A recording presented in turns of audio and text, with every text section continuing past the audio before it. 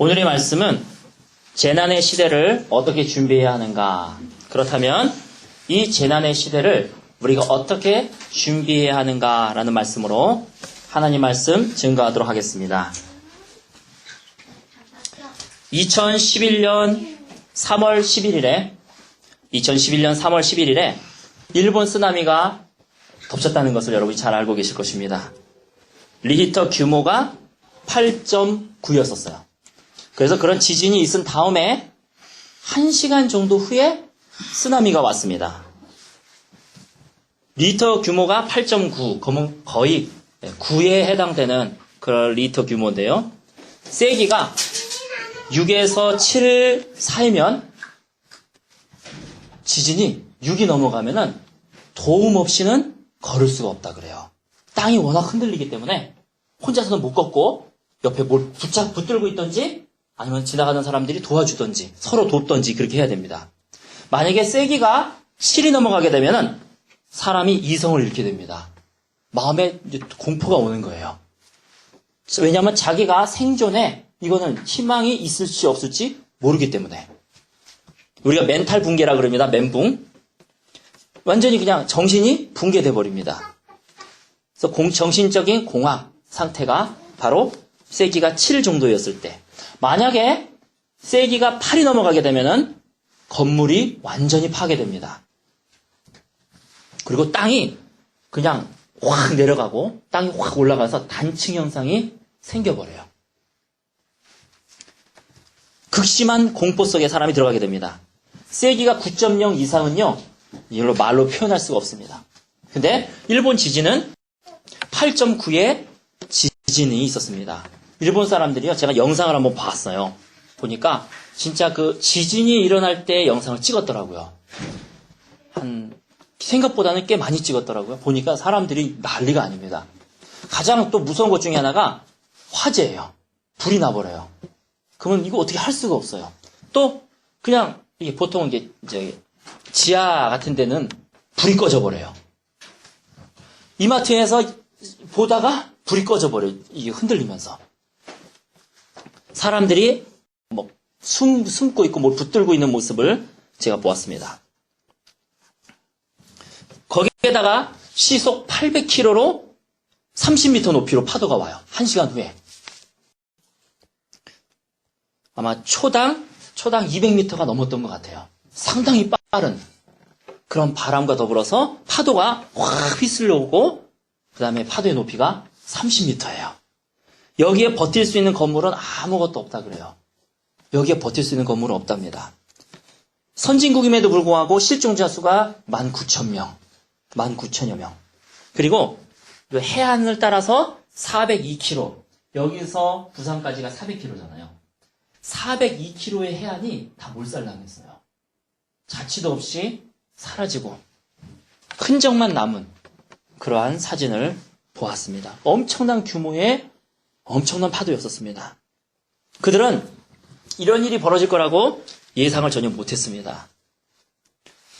그리고요, 어떤 그 본 증인의 말에 의하면 1000여 명의 초등학생들이 거대한 돌상에게 절을 하다가 휩쓸려 가버렸어요. 갑자기 절을 하고 있는데 큰 해일이 확 몰아붙였어요. 그래서 쓰나미에 휩쓸린 어린애들이 손, 발, 몸들이 다 돌부처들에 부딪혀가지고 찢어져 나가는 그런 것을 본 사람의 증언도 들어보았습니다. 여러분, 이 정도의 지진이 일어나면은요, 몸의 평형 감각을 잃어버립니다. 그래서 어떤 것이 위인지 아래인지 구분이 안 가요. 위아래가 구분이 안 가요. 그 정도로 사람들이 정신이 없어요. 그리고 땅이 요돌치기 때문에 설 생각도 못 합니다. 우리가 영화에서 보면, 지진 나오는 영화에서 보면은요, 사람들을 소리를 지르면서 막 달려가요. 근데 실제적으로 그건 영화이지, 그럴 수 있을 정도로 사람들이 생각을 갖지 못한다 그럽니다. 이게 진짜 멘탈 붕괴가 된대요. 그래서 땅이 흔들리고 막 땅이 뒤틀려요. 그러면 심지어 기는 것도 불가능하대요.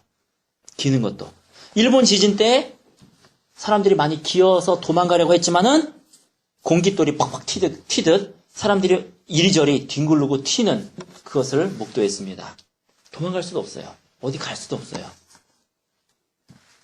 그렇지만은 여기서 끝나면 안 되죠. 일본 지진에서도 하나님께 부르짖은 사람들은 하나님께서 구원하셨습니다.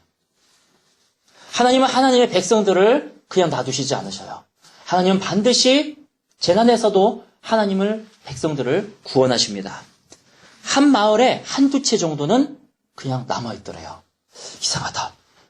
불교 신자들과 승려들이 멀쩡하게 살아남은 집들 들어가서 물어봤을 때의 대답은 딱 한 가지였어요.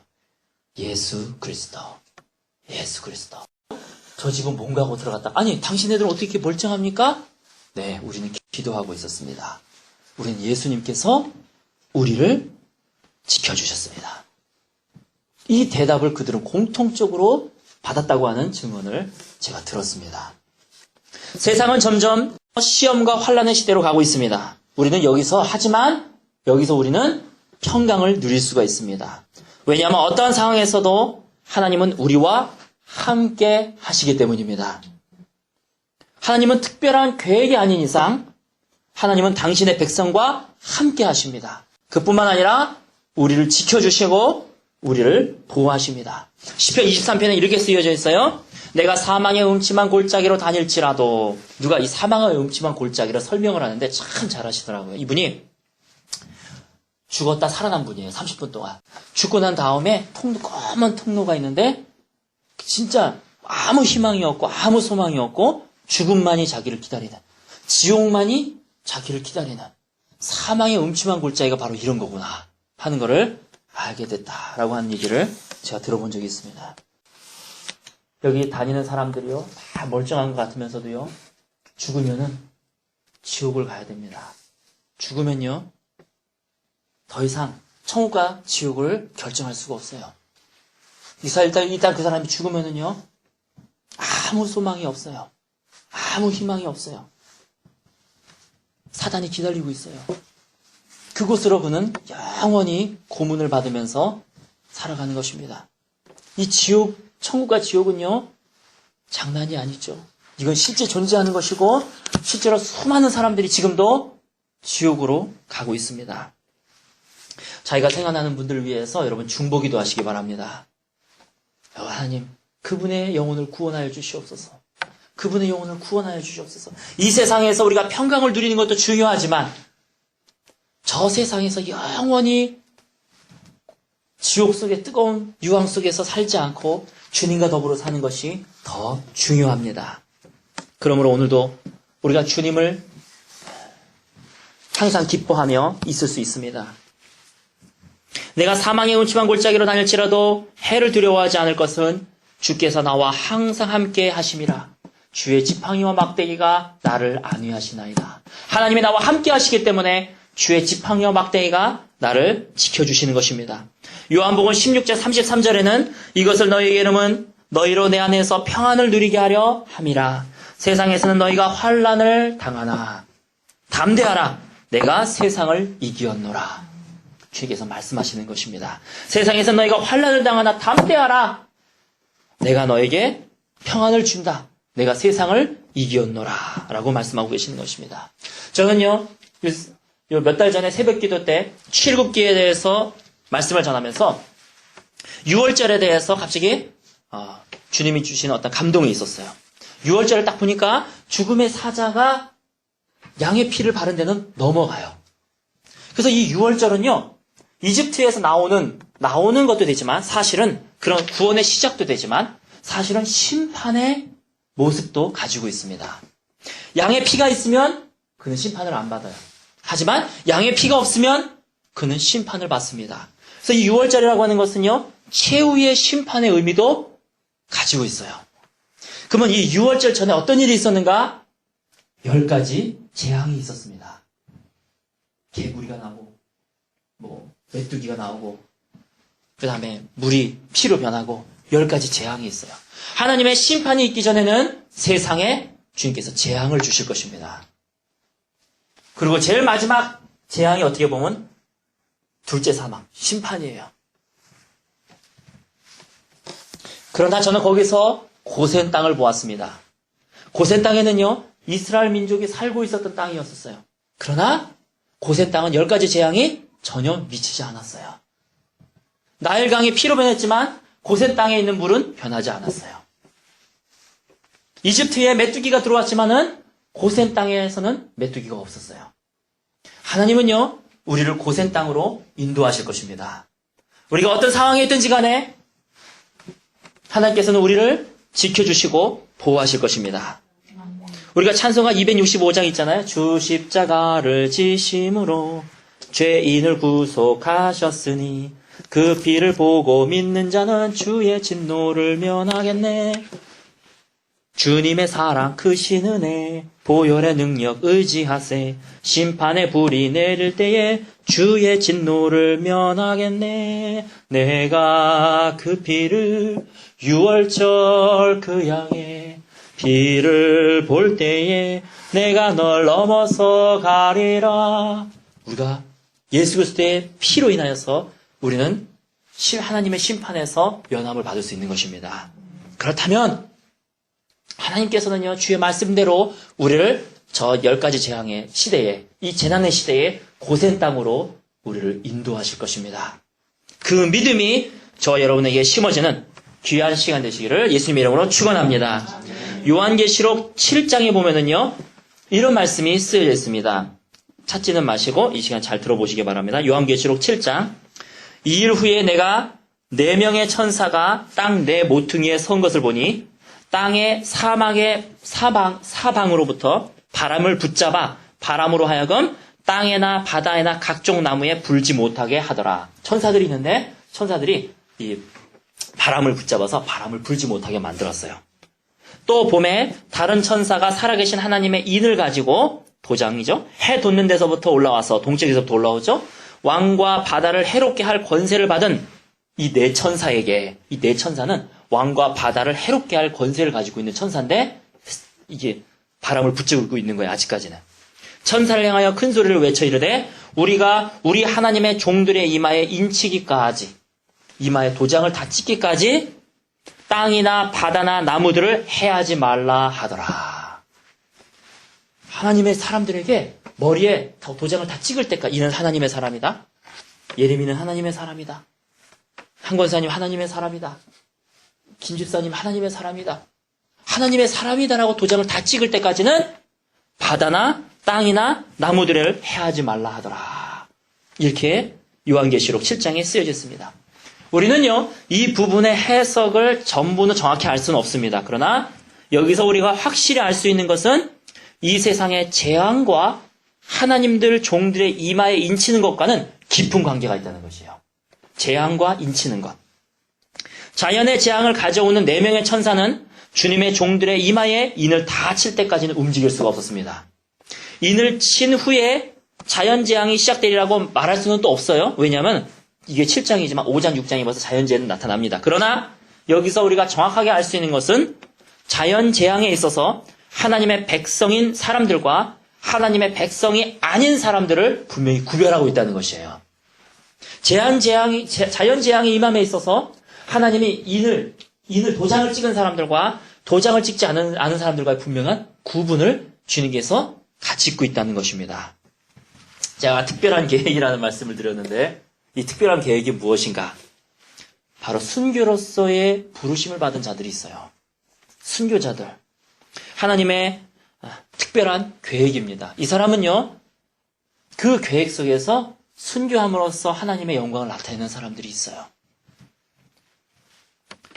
내가 순교자로 부르심을 받았다고 생각하시는 분, 네, 없죠. 그렇다면 여러분들은 특별한 계획이 아니에요. 특별한 계획이 아니고 하나님이 고센 땅으로 인도하시는 계획을 갖고 계십니다. 그러나 일반적인 경우는요, 하나님이 당신의 백성을 그의 날개 아래 숨기시고 은밀한 곳에 보호하시며 호의를 내려주십니다. 그렇다면 우리는 어떻게 고센 땅으로 갈 수가 있는가? 그렇다면 우리는 재난의 시대에 어떻게 무엇을 준비해야 하는가?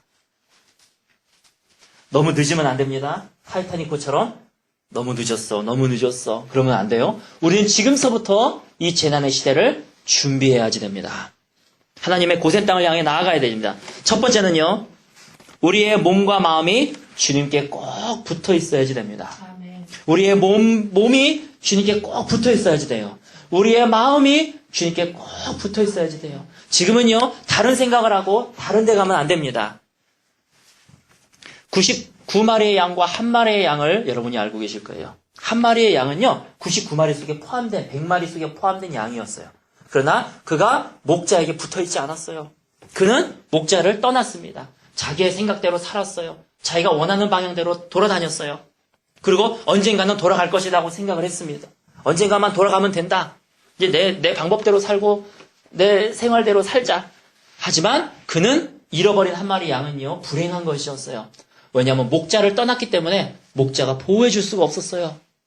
이리가 와서 물어가도 어떻게 할 수가 없었어요. 하나님을 떠난 사람은요, 하나님이 붙들어 주려고 그래도, 하나님을 보호해 주려고 그래도 할 수가 없어요. 다시 주님 앞으로 와야 됩니다. 다시 주님 앞에 나와서 주님 붙들어야지 됩니다.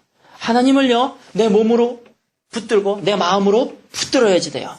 그러므로 하나님을 절대로 떠나지 마시기 바랍니다. 이 시점에서 미혹이 있을 것입니다.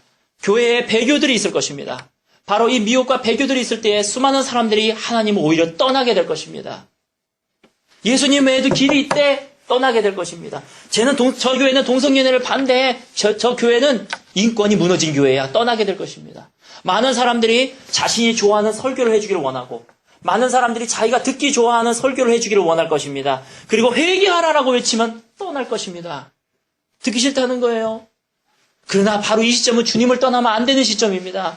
이 시점은요, 주님을 꼭 붙들어야 되는 시점입니다.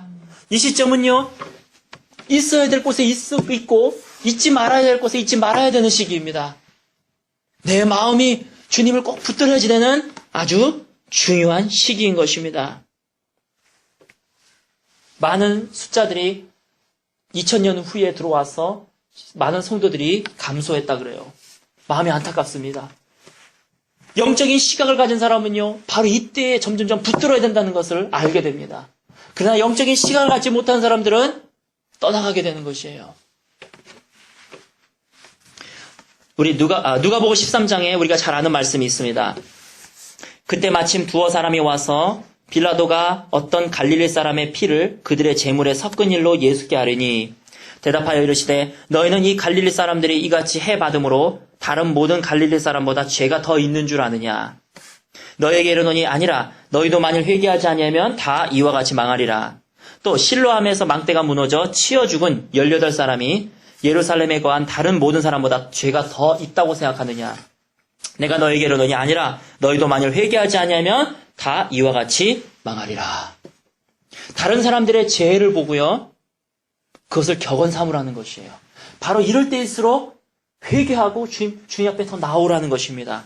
바로 이럴 때일수록 주님을 더 붙잡으라는 것이에요. 바로 이럴 때일수록 거룩하게 살라는 것입니다. 이럴 때일수록 음란함에 젖지 말고, 이럴 때일수록 치다른 악에 유혹되지 말고 더 거룩하고 더 경건하게 살라는 말씀이에요. 그러므로 주님의 인친자들이 되시기를, 주님의 도장을 찍히는 자들이 되시기를 예수님의 이름으로 축원합니다. 그렇기 위해서 하나님과 꼭 붙어 있으십시오. 몸이 붙어 있어야지 됩니다. 그리고 마음이 붙어 있어야지 됩니다. 그러므로 고센 땅으로 인도하는 저와 여러분 인도되는 여호와 여러분 되시기를 예수님이라고 축원합니다.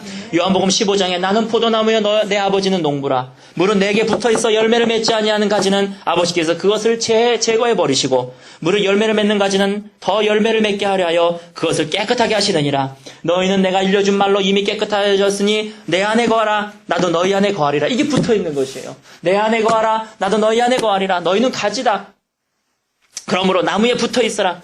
포도나무에 붙어있지 아니하면 스스로 열매를 맺을 수 없음같이 너희도 내 안에 있지 아니하면 그러하리라. 나는 포도나무여 너희는 가지라. 그가 내 안에 내가 그 안에 거하면 사람이 열매를 많이 맺나니 나를 떠나서 너희가 아무것도 할 수 없음이라. 사람이 내 안에 거하지 아니하면 가지처럼 밖에 버려 마르나니 사람들이 그것을 모아다가 불에 던지느니라. 바로 이 시점에는요, 붙어 있어야지 되는 것이에요. 가지에 붙어 있어야, 포도나무에 붙어 있어야지 되는 시기인 것입니다. 우리 베드로후서 2장을 보겠습니다. 베드로후서 2장입니다.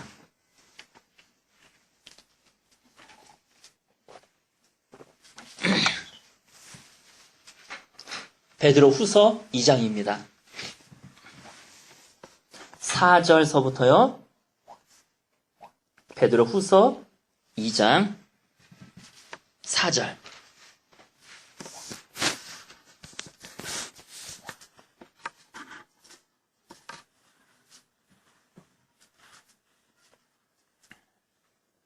우리 한 목소리로 4절서부터 같이 읽겠습니다. 시작. 하나님이 번제한 천사들을 용서하지 아니하시고 지옥에 던져 어두운 구덩이에 두어 심판 때까지 지키게 하셨으며 옛 세상을 용서하지 아니하시고 오직 의를 전파하는 노아와 그 7 식구를 보존하시고 경건하지 아니한 자들의 세상에 홍수를 내리셨으며. 일단 여기서 끊을게요. 노아가 구원을 받았습니다. 그 다음에 노아의 식구들이 구원을 받았습니다. 그들이 구원받은 이유는요, 노아는 의를 전했기 때문이에요. 이 시점에 있어서 가장 중요한 설교는 저는 회개의 설교라고 봅니다. 지금 이 시점에서는요, 주님 앞에 돌아와라. 회개하고 주님 앞에 돌아와라. 주님께 꼭 붙어 있어라. 그렇지 않으면 너희는 죽게 될 것이다. 고센 땅으로 인도하시는 하나님께 돌아와라. 그리고 모든 죄를 끊어버리고 주님 앞에 붙어 있으라라고 설교하는 이 회개의 설교가 노아의 시대 때도 가장 중요했고 지금도 심판을 앞둔 이 시점에서도 가장 중요한 설교인 것입니다. 그 7 식구들을 보존하셨다고 말씀하셨어요. 경건하지 아니한 자들의 세상에 홍수를 내리셨다. 경건하지 아니한 자들의 세상에 홍수를 내리셨다라고 주님께서 말씀하고 계십니다. 10년 전서부터는요, 스웨덴에서는요, 로마서 말씀을 가지고 동성애를 반대하는 설교를 하면은 불법이 돼버렸어요. 10년 전서부터. 법으로 그들이 통과시켜버렸어요. 동성애에 대해서 반대하는 말을 하게 되면은 인권 침해다 그래가지고 체포할 수 있도록 그들이 만들었습니다. 그래서 현재 수많은 스웨덴의 목사님들이 감옥에 들어가 있어요. 우리는 의를 전해야 됩니다. 그래서 수많은 사람들을 주님께 붙어 있도록 해야 됩니다.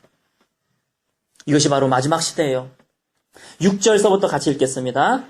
시작. 소돔과 고모라 성을 멸망하기로 정하여 죄가 되게 하사 후세에 경건하지 아니한 자들에게 본을 삼으셨으며 무법한 자들의 음란한 행실로 말미암아 고통당하는 의로운 롯을 건지셨으니 이는 이 의인이 그들 중에 거하여 날마다 저 불법한 행실을 보고 들으므로 그 의로운 심령이 상함이라. 여러분, 롯을 건진 얘기가 나왔습니다. 경건하지 못한 자들을 주님께서 심판하시고 재앙으로 다 그들을 덮으셨습니다. 그러나 롯은요, 7절, 8절에 보면은 이 음란한 행실로 지금 현재의 상황을 보고 있는 것 같아요. 그냥 어디를 보더라도 TV를 켜든 라디오를 켜든 거리를 지나가서 포스터를 보든 간에 이 음란한 세대들, 이 음란한 행실들을 이게 안 볼 수가 없습니다. 초등학생들이 한때 제일 많이 불렀던 곡이 강남스타일. 여러분, 강남스타일 가사만 봐도요, 이렇게 음란한 세대가 없어요. 이거는 옛날 같았으면은 미성년자 관람 불가. 예, 곡인데. 그냥 학교에서도 그냥 틀어줘요.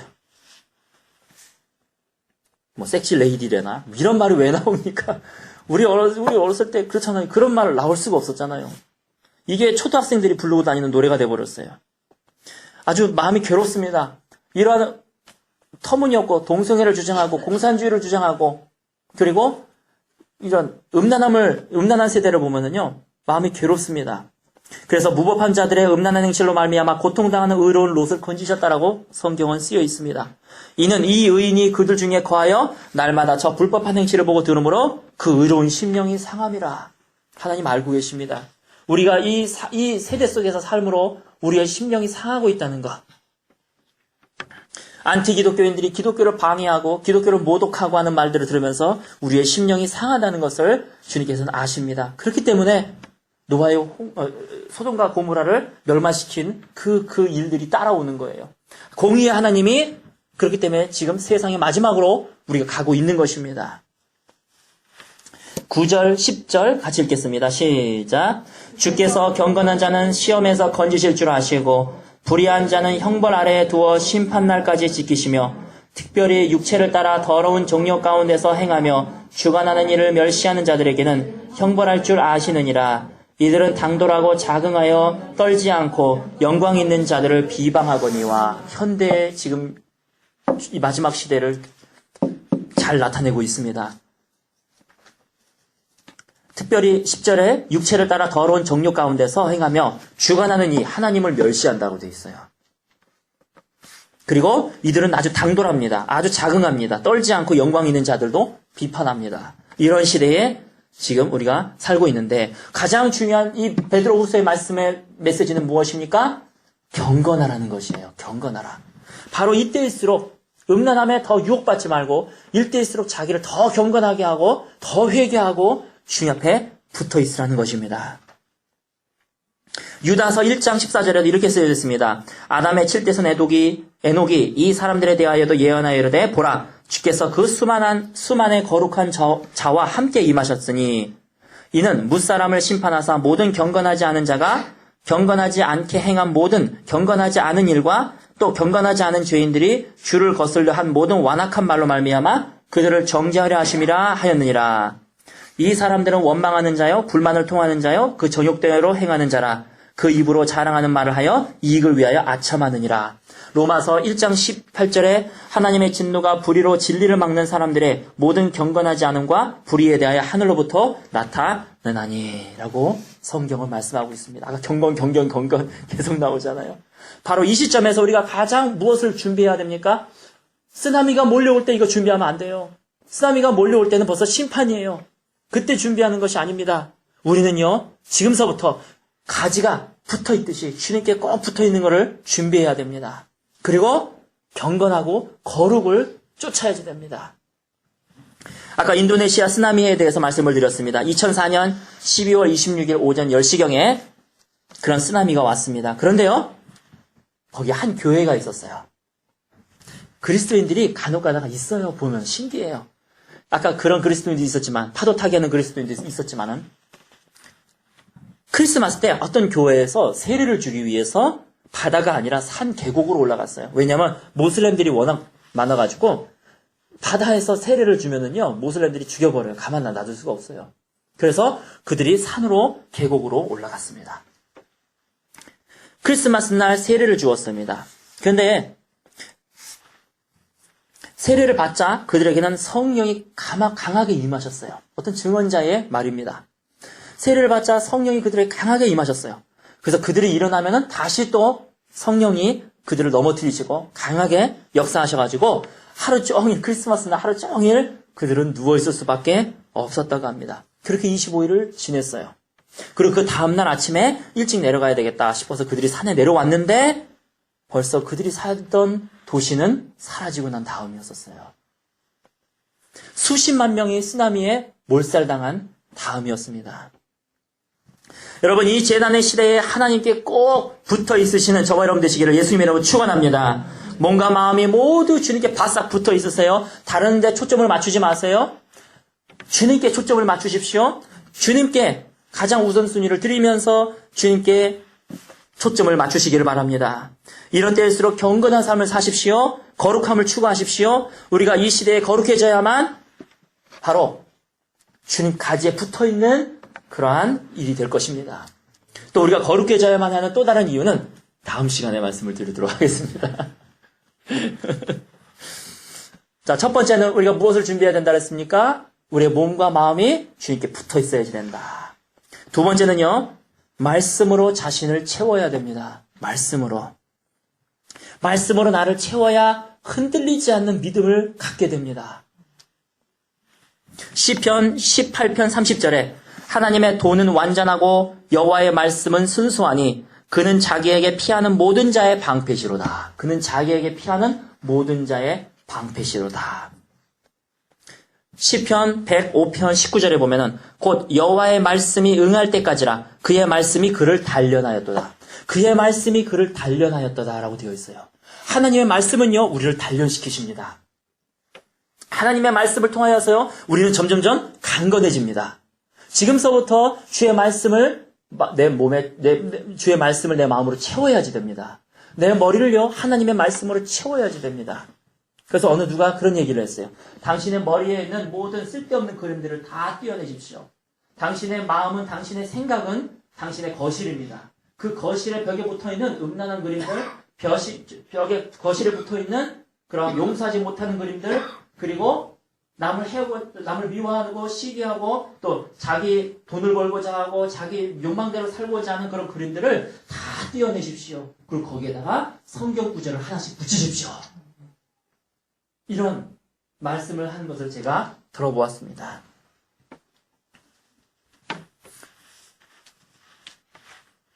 그래서 그 말씀이 나를 단련하는 거예요.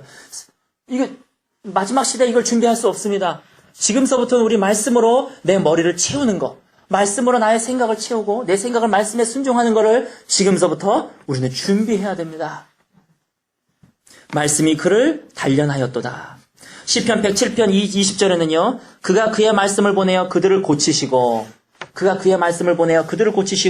위험한 지경에서 건지시는도다. 말씀을 보내서요. 사람을 고칠 뿐만 아니라 위험한 지경에서 그를 건지신대요. 하나님은 위험한 지경에서 그를 건지시기 위해서 말씀을 보내신대요. 그러므로 말씀을 받는 준비를 하시는 저와 여러분 되시기를 예수님 이름으로 축원합니다. 하나님의 말씀에는 큰 위력이 있습니다. 내 안에 계신 성령님은요. 성경의 저자예요. 내 안에 계신 성령님은요. 성경을 쓰신 분이에요. 그래서 내가 말씀을 읽을 때에 내 속에서 이 성령님이 역사하십니다. 본인이 쓰셨기 때문에. 그래서 나에게 깨달음을 주시고 나에게 믿음을 주시는 거예요. 믿음은요. 들음에서 나고 들음은 그리스도의 말씀으로 말미암는 것입니다. 내가 그리스도의 말씀을 읽을 때에 하나님의 말씀을 읽을 때 그 저자의 내 안에 계신 성령님이 나에게 움직이시고 믿음을 주시는 것이에요. 깨달음을 주시는 것이에요. 또 주의 말씀으로 나를 이미 채웠다면은 어떤 경우는 필요한 때에 하나님이 생각나게 해주셔요. 필요한 때에 내주하시는 성령님이 자신의 말씀을 나한테 기억나게 해주세요. 그리고 그 시점에서 그것이 계시가 되고 그 시점에서 그것이 인도가 되는 것입니다. 나에게 강한 믿음을 주시는 것입니다. 히브리서 4장 12절에 이렇게 쓰여져 있습니다. 하나님의 말씀은 살았고 운동력이 있어 좌우의 날성 어떤 검보다도 예리하며 혼과 영과 및 관절과 골수를 찔러 쪼개기까지 하며 또 마음과 생각의 뜻을 감찰하시나니 하나님의 말씀 자체는요 살아 있습니다. 운동력이 있습니다. 그 말씀 자체가 나를 쪼개는 것이에요. 그 말씀 자체가 내 안에서 꿈틀거리는 것이에요. 내 안에 성령님이 계시기 때문에 말씀이 내 안에 들어오면 이 말씀이 양날에서 어떤 검보다도 예리하게 됩니다. 그래서 쪼갭니다. 그리고 나에게 믿음을 줍니다. 마치 철가루가 자석에 가까이 붙는 것과 똑같습니다. 말씀을 철가루요, 내 안에 자석이 하나 있는 거예요. 말씀이 들어오면요, 내 안에 계신 성령님이 자석입니다. 그 말씀을 끌어당기는 것이에요. 그 말씀을 통해서 성령님이 역사하시는 것입니다. 그 말씀을 통해서 나를 깨닫게 해주시고, 나를 생각나게 해주시고, 그리고 나에게 믿음을 주시는 것이에요. 그러므로 바로 이 시점에서 말씀을 나에게 채우는 준비를 하시기를 예수님의 이름으로 축원합니다. 지금은요, 더 말씀을 붙들어야 되는 시기예요. 지금은요, 더 말씀을 의지하면서 말씀을 더 읽어야 되는 시기입니다. 이거 교양으로 읽는 것도 아니요. 내가 이 세상에 더 편하게 살기 위해서 읽는 것이 아닙니다. 이거는 실존적인 문제요. 이거는 생존의 문제이기 때문에 내가 말씀을 붙들고 계속 그 말씀을 전념해야 되는 것입니다. 요한복음 16장 13절에 보면은 그러나 진리의 성령이 오시면 그가 너희를 모든 진리 가운데로 인도하시나니 진리의 성령이 오시면 그가 너희를 모든 진리 가운데로 인도하신다 그랬어요. 내 안에 계신 내주하는 성령님은요. 우리를 진리 가운데로 인도하신다 그랬어요. 우리를 인도하신다.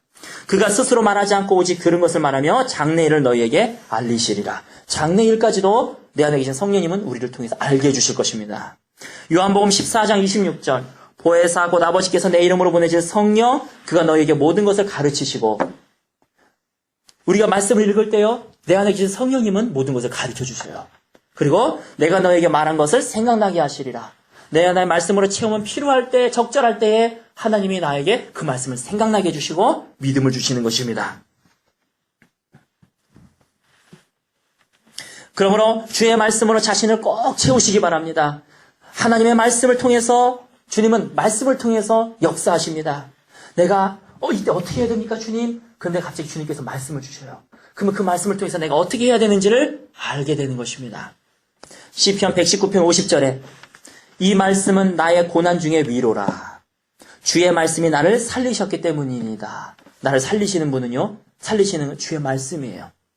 그런데 이 고난 중에 나에게 위로를 주는 건 말씀을 통해서 주님은 나에게 위로를 주십니다. 시편 119편 105절 주의 말씀은 내 발의 등이요 내 길의 빛이니이다. 내 발의 등이에요. 주님 내가 어디로 가야 됩니까? 주님 길이 안 보입니다. 컴컴한 칠흑 같은 어둠 속에서 어디로 가야 됩니까? 할 때 등을 딱 비추면은 길이 쫙 보입니다. 이게 말씀이에요. 이게 말씀이에요. 내 길에 빛이니이다. 이것이 바로 말씀의 역사인 것입니다. 시편 147편 18절에 그의 말씀을 보내사 그것들을 녹이시고 바람을 불게 하신즉 물이 흐르는도다. 주님께서 말씀을 보내셔가지고요 역사하신다는 거예요. 말씀을 보내서. 제가 몇 년 전에 매너리즘에 한번 빠진 적이 있습니다. 사역을 하다가 사역을 해도 똑같은 것 같고 심지어는 사역이 점점 어려워지는 것 같고 내 자신에 대한 실망 또 타인에 대한 실망 이것이 나를 점점 더 절망 가운데로 몰고 가고 있었습니다. 그러다가 성경을 읽고 있는 도중에 히브리서 10장 39절을 읽고 있는데 내 마음 안에서 막 꿈틀거리기 시작하는 거예요. 우리는 뒤로 물러가 침륜에 빠질 자가 아니요 오직 영혼을 구원하매는 믿음을 가진 자니라. 이 말씀을 읽는데요. 내가 평소 때도 이 말씀 많이 읽었거든요. 근데 주님 어떻게 하면 좋습니까? 하고 그냥 뭐 통곡 반, 뭐 좌절 반. 근데 이 말씀을 읽는데 갑자기 이 말씀이 나에게 내 속에서 꿈틀거리는 걸 내가 느꼈어요. 오늘따라 이것이 다르게 나에게 다가오는 거예요. 이게 레마의 말씀이에요. 이 말씀이 오늘따라 다르게 나한테 다가오는 거예요. 내 안에서부터 에너지가 쫙 올라오기 시작을 하는 거예요. 그리고 그렇다. 나는 뒤로 물러가 침륜에 빠질 자가 아니라 나는 영혼을 구원하매는 믿음을 가진 자니라. 그 자리에서 벌떡 일어났어요. 그리고 나아가세 다시 회복하게 되는 말씀 한마디에 확 회복하게 되는 그러한 역사가 바로 말씀을 통해서 이루어지는 것입니다. 그리고요 또 한 가지는 그러면 주님 그 당시에 또 제가 왜 좀 좌절했었냐면은 이 여름 수련회를 청년부를 담당하고 있었는데 여름 수련회를 준비해야 되는데 내 스스로 비전이 안 보이는 거예요. 난 내 스스로 지친 거예요. 여름 수련회를 또 어떻게 준비할까? 맨날 똑같은 싫었거든요. 근데 그와 더불어서 갑자기 하나님이 약속의 말씀을 저에게 주시는 거예요. 성경을 딱 펴서 봤는데 에스겔서 11장 19절 말씀이었었어요. 내가 그들에게 한 마음을 주고 그 속에 새 영을 주어 그 몸에서 돌 같은 마음들을 제거하고 살처럼 부드러운 마음을 주겠다. 마음을 주겠다라는 약속을 저희가 받았어요. 저는요, 제가 막 변화시켜야 되는 줄 알았어요. 제가요, 막 살살 녹이고 해가지고, 뭐도 해주고, 뭐도 이 방법, 저 방법으로 해가지고, 사람들의 마음을 열고, 사람들에게 막 감동적인 설교를 하고 그래야 되는 줄 알았어요. 근데 이 말씀은 그게 아니더라고요. 내가 새 영을 주어서 사람들의 마음을 열게 하고, 그리고 돌 같은 마음들을 제거시켜버리고, 살처럼 부드러운 마음을 그의 마음속에 집어넣겠다. 이 말씀을 제가 보고요. 이건 내가 하는 게 아니구나. 나는 그냥 전하기만 하면 되는구나. 성령님이 알아서 하시는 거구나. 성령님이 마음을 주시는구나. 그리고 또 갑자기 내 안에서 막 꿈틀거리기 시작하는 거예요. 해보자! 이번 수련회 해보자! 수련회 날이 다가왔습니다. 첫째 날인데요. 찬양을 하는데 다 죽어있는 예배예요.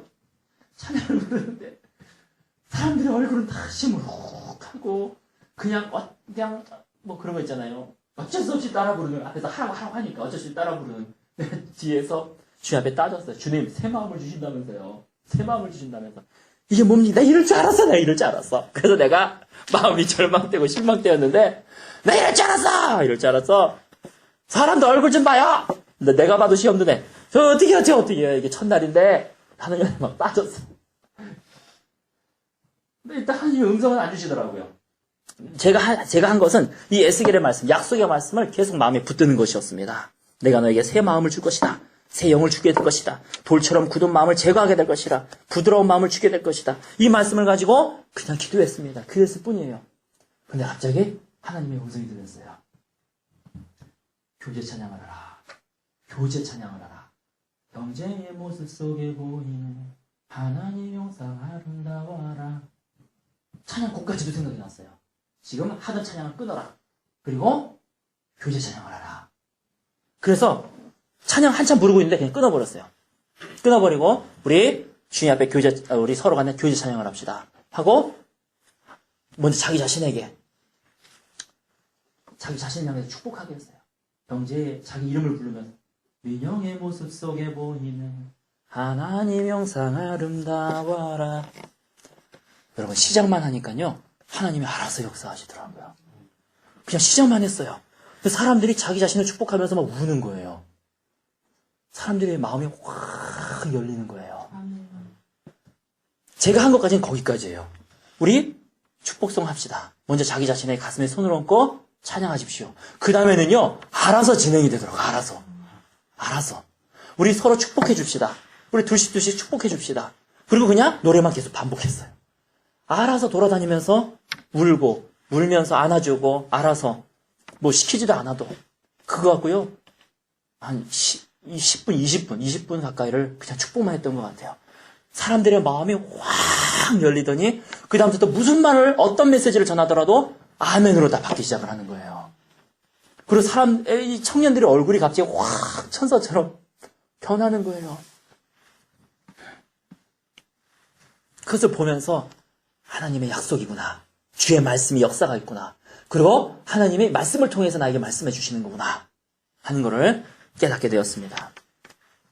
그러므로 믿음은 들음에서 나며 들음은 그리스도의 말씀으로 말미암았느니라. 그러면 우리가 무엇을 말하느냐? 말씀이 내게 가까워 내 입에 있으며 말씀이 내게 가까워 내 입에 있으며 내 마음에 있다 하였으니 곧 우리가 전파하는 믿음의 말씀이라. 말씀과 믿음은요, 상당히 중요한 관계를 갖고 있습니다. 이건 영해작용이에요.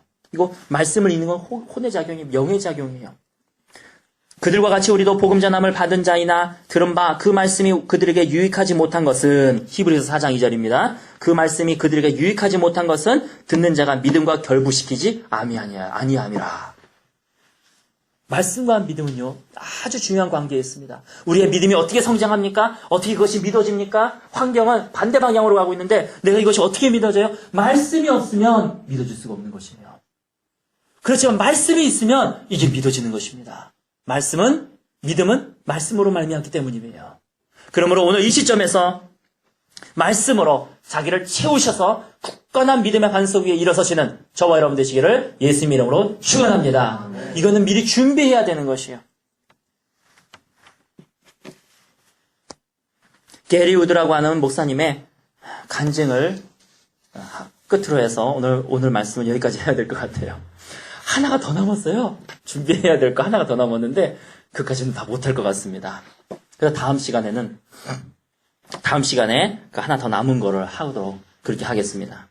게리 우드라는 목사님이 계십니다. 천국과 지옥을 방문한 분으로 아주 유명하신 분이에요. 여러분이 인터넷에 그냥 게리 우드 한번 쳐보세요. 그럼 그분의 동영상을 아주 쉽게 보실 수가 있습니다. 이분이요, 막 성대가 없는데 제가 알고 있기로는 그래요. 이분이 성대가 없어요. 그래서 MRI를 찍거나 이게 사진을 찍으면은 엑스레이를 찍으면 성대가 없어요. 근데 말을 하고 간증을 하고 다니셔요. 이분 자체가 살아있는 기적이에요. 자기는 지금도 그냥 병원 가가지고 엑스레이 찍으면 성대가 안 나타난대요.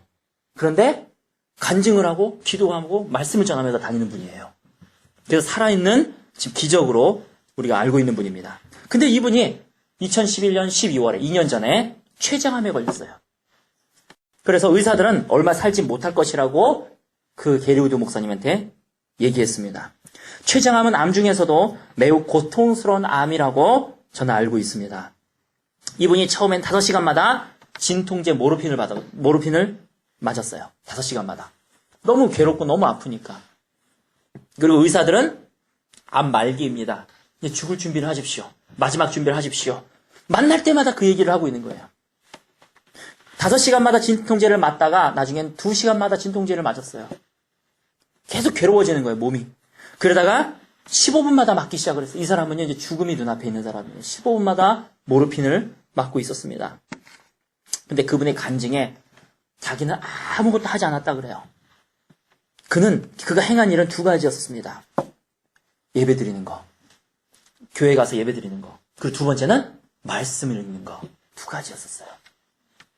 그리고 다른 것은 할 겨를도 없고 할 수도 없었다 그럽니다. 사회자가 물어봐요. 당신은 죽음에 대한, 고통에 대한 두려움을 느꼈습니까? 느끼지 않았습니까? 그는 얘기합니다. 아니요, 난 두려움을 전혀 느끼지 않았습니다. 왜냐하면 사역자로서 아직 남은 사명이 내게 있다는 것을 알고 있기 때문이죠. 사역자로서 남은 사명이 나에게 있다는 것을 그는 알았었기 때문에. 하나님의 여러분의, 그렇게 이렇게 얘기해요. 하나님의 여러분에 대한 계획은 마귀가 여러분을 파괴코자 하는 계획보다 훨씬 강하고 위대하십니다. 하나님이 나를 통해서 이루시려고 하는 하나님의 의지가 사단이 나를 파괴하려고 하는 의지보다 훨씬 더 강하시다는 것이에요. 오늘 이 말씀이 여러분의 심령 가운데 깊이 새겨져서 주님으로부터는 평강이 임하시기를 예수님의 이름으로 축원합니다. 이거나 중요한 말씀이에요. 그는 그 고통 속에서도 계속 말씀을 읽었습니다. 아무것도 한 것이 없습니다.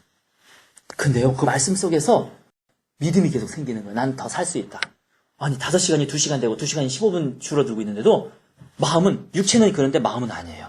계속 더 내 안에 믿음이 생기는 거예요. 내가 나가면 이걸 설교해야 되겠다. 내가 나가면 이걸 설교해야 되겠다. 내가 할 일이 아직도 많구나. 바로 이 말씀을, 그는 말씀 속에서 잠기고 말씀 속에서 살았다라고 그는 표현을 합니다.